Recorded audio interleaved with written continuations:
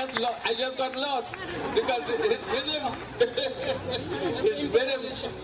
rhythms are so great, you see, because what happens, he's playing on fractions of beats and putting stresses on different places, so that when you, I mean, if you don't keep your head on, because I got taken in with the dog, and that's what Do you think that a teacher is not a performer? That is the age-old question. I tell you what happened. A performer could be a good teacher, but a performer is so preoccupied preparing things to perform on stage, and even very small little nuances to play on a stage.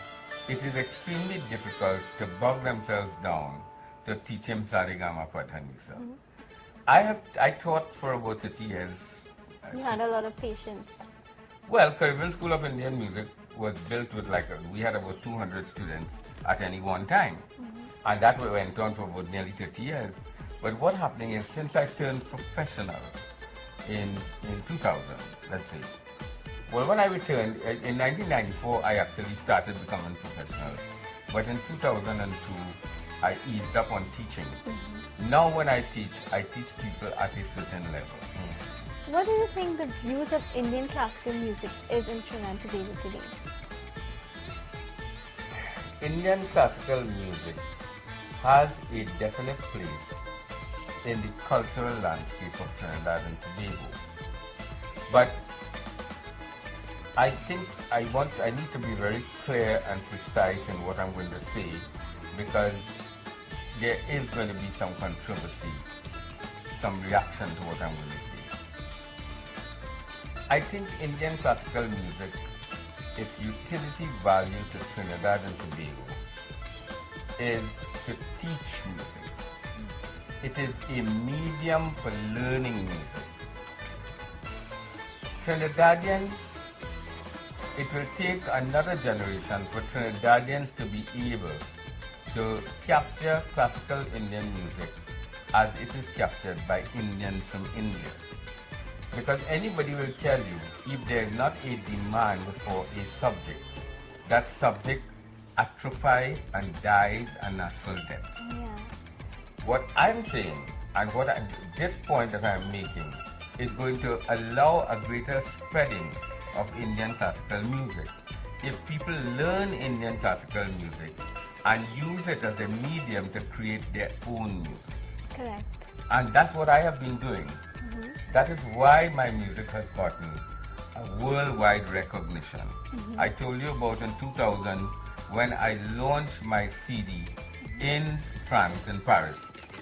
Within a week, that one of my songs became the top 10 in the European chart. That was the one dedicated to your wife, Roshni. No, that Roshni was that gained some other thing. The one, Dreadlocks, became the top 10 in the European chart. Now, the point I'm making here is not to show off that, I was in the top 10 in the European chart. What I'm trying to say is that a Trinidadian getting the top 10 in a European chart The great achievement. is something that I don't think has happened before. I agree. And why I'm saying, where does that come from? It came from the ragas that I studied in India, but I have appropriated the raga and made it into my own image in the form of a song called Dreadlock.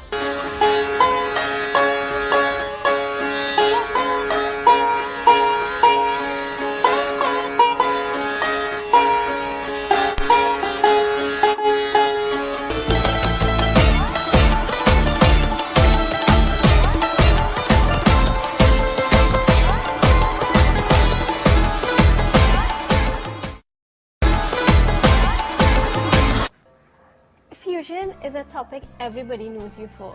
Yeah. How did you get inspired to do such? You know, in 1974, I was helping Andrew Tanker do the music for the film BIM. And while we were doing this music for the film BIM, which by the way won the award for best film music in that year, Andre turned around and said, Mungal, you know, I now realize something. The reason we never had fusion music in Trinidad is because we had no Indian who knew music Correct. and who could have understood Western music enough to create a fusion of the two. Because you can't have a fusion with one thing and not another thing. Yeah. You have to have a fusion with several different forms of music.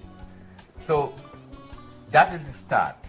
Okay, that is where, well, I always had that interest in creating a music that would appeal to anybody.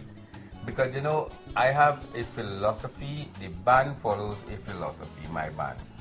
And that philosophy is that all men are born equal and all men have a right to enjoy music.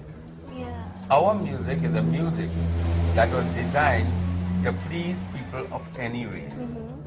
If a Russian comes to one of our concerts, as they have done, they must enjoy the music.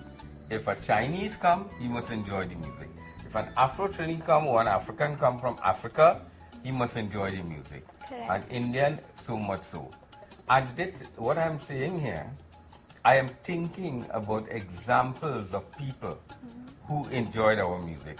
I remember doing a performance in Jamaica in 1978. I'm sure they like dreadlocks. Yeah, well, in those days we didn't have dreadlocks yet, but I was doing 1978. I did a performance in Jamaica, and within a week, a guy came to Trinidad and asked for me.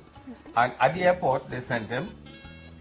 He met with Schofield Pilgrim. He met with we, and then he came here and he said, "I heard your concert last week in Jamaica, and I decided I must come and meet you."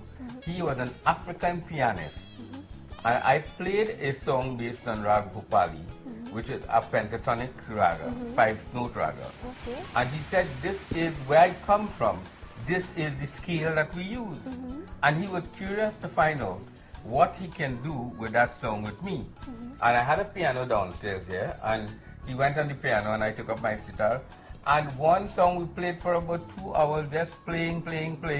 He recorded it and he went and perhaps he made a record of it. I never followed up after that. Oh. But what I'm saying, that is one of them. I remember in Germany, there were about 5,000 people. And somebody said, you know, there's a great keyboard player in the audience. So I called him up on stage.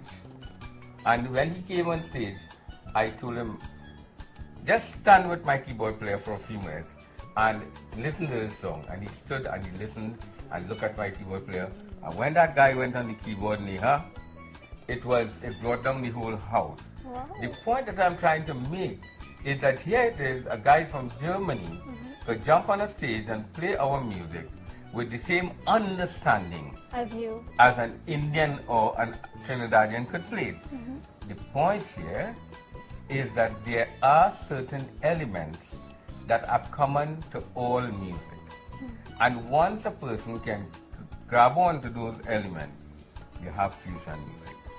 So what do you think, everybody thinks that, okay, Western music is there. Nobody will dream that an Indian classical instrument could be there. What is your audience response on such? Well, you would have been to one or two concerts, several people here.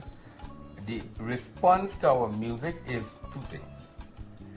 The elders love the music because it is sometimes based on long time music.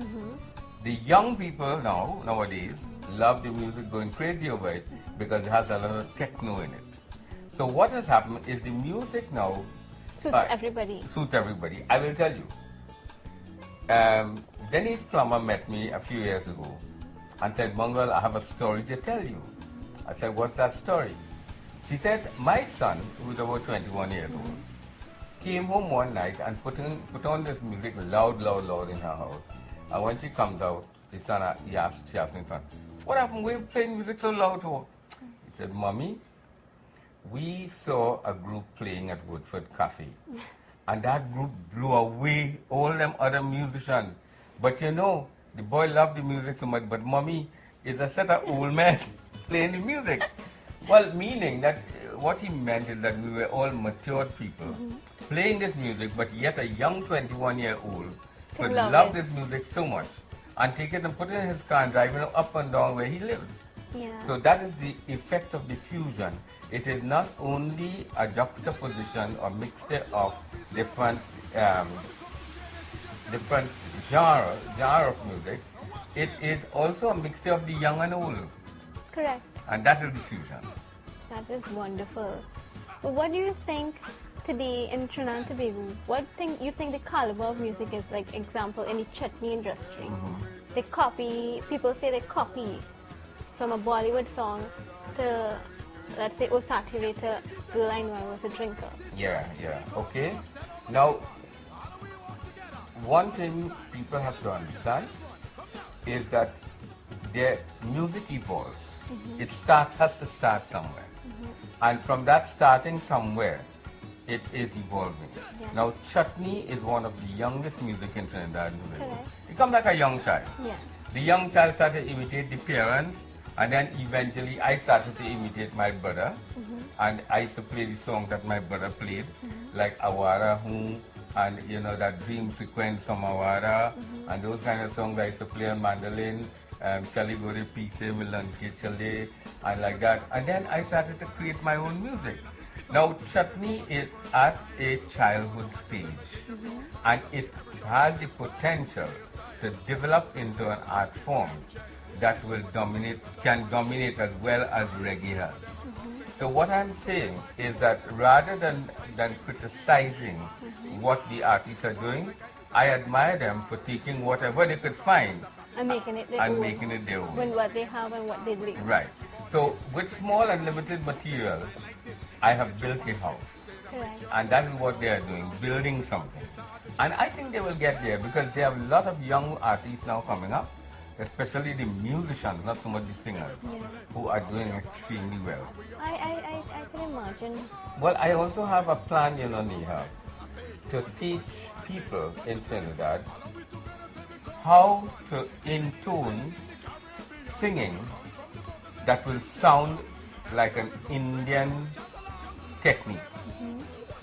Because as it is now, even the chutney singers, many of the chutney singers, except people like Vitlal and Rakesh, they have lost the Indian ethos of the music. And that can be brought back by teaching a few simple skills and simple patterns that